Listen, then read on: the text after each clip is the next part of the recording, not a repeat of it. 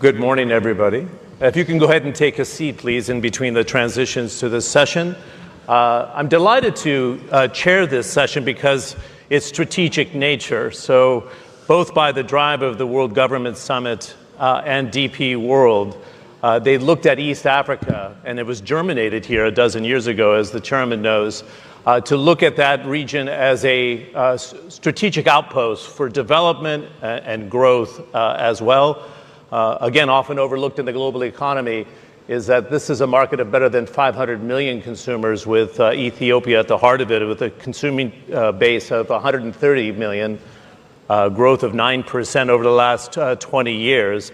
We're delighted to have the President of Somaliland, who was elected to office in December with a full mandate of 64%, and of course the chairman of DP World, who has made a commitment to East Africa and Somaliland. I would say that it was this move by DP World that helped plant a flag for development, which is a priority for the president. So I'd like to start in, Mr. President, on the Berbera port, the strategic nature sitting as a crossroads for the Middle East, East Africa, and the links to Asia. We know the disruption to the Gulf of Aden over the last 2 years. What has it meant, that $400 million investment by DP World, to economic growth, what it represents to GDP, your income for foreign investment and receipts as a result of the port? Because a lot of people don't understand what actually has been developed on the ground. Thanks.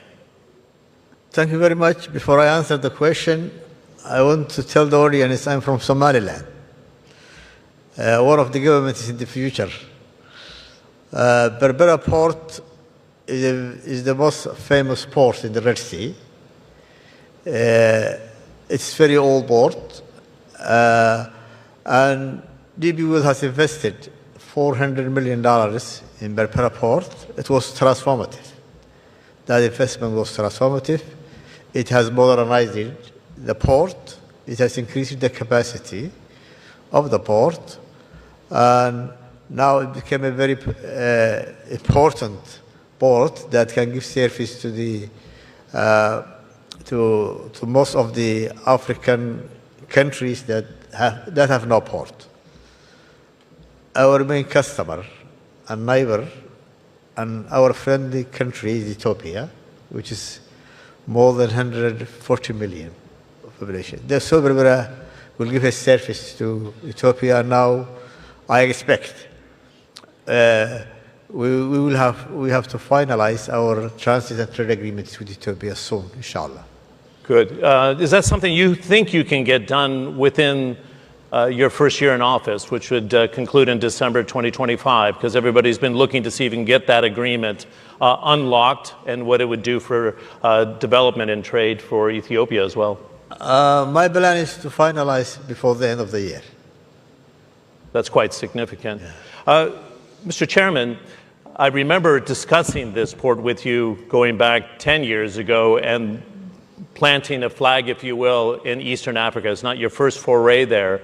How does Berbera rate in all the operations you have in nearly 80 countries around the world in terms of modernization, the intelligent infrastructure, the strategic nature of how it can serve as a crossroads? Because you can make comparisons to what you have in Latin America, Far East Asia, Europe, of course, and the United States. What's the modernization that's actually been undertaken? Thank you. First of all, I am happy to attend the Government Summit, and I'm honored with the President, whom in short notice came, and he told me I'd been only a few days in the office, and we told him, well, I think it's a good audience, they need to listen to you as a new President. We did a study on Ethiopia. Ethiopia has a double-digit growth in their economy. It's a country of over 100 million people. And the study shows that Ethiopia needs at least 5 ports to cope with the growth that they're going to see in their country. And we selected Berbera for many reasons. First of all, it's an old port. It has been in existence before any ports, in fact, the Red Sea. Unfortunately, it was ignored, but we worked with the government and they encouraged us. We invested in it. Somaliland is not a small country. They have over 4 million people, and a lot of people are businessmen and traders. And we are looking forward for the economic corridor between Ethiopia and, of course, Somaliland, where the President just mentioned. I hope it could be done as soon as possible. This agreement will facilitate trade between both countries. Somaliland is very close to the main distribution area in Ethiopia, which is Dir Dawa, which is the main logistic area. And so the relation between the countries are being very good, and many Somaliland people live in Ethiopia, and Ethiopia looks with positive attitude toward Somaliland. We definitely found an opportunity. We developed the port. Immediately, cargo started to come. We are able to handle any size of vessels in Berbera. There is another stage of expansion if needed. The government also, His Excellency the President, provided land for industries. We have already factories under construction, and there are more factories coming to that place. It has a unique situation whereby they're very close to Ethiopia. It has also a unique situation where they are on the maritime routes that connect India, Far East, all the way through the Suez Canal. So it's a very strategic location, but also for business, we have been very happy with the growth of the business. Good. I'd like to have the strategic input, Chairman, on why the UAE, I like to say UAE Inc., decided to go into Somaliland, because you were in there before anybody else was even thinking about it. So what was the strategic decision, the geopolitical, geoeconomic decision to say, you know what, we can make this work. This country is not recognized, and I want to talk to the President officially with global recognition for statehood. But you took a risk, and it's paying off dividends. But why? Let me tell you, when we invest in any country, we don't look at any political motive or strategic even. Strategy is not important for us. What's important for us is, can I develop a business? Can I make companies benefit as shipping line to use this location? Can this location become profitable operation? This is very important, crucial. And we look at the growth of the GDP. If the GDP is growing, then that means the cargo will grow. So that is the reason why. Second, traditionally, business from Africa is very important for us. And for many, many centuries. In fact, when you look at Kenya, Tanzania, Somalia, and Ethiopia, they are main traders of Dubai for a long time. A lot of re-export goes to those countries. So it's natural that we set up there. And I tell you, when we set up, immediately companies from Dubai also and Abu Dhabi set up there to provide services.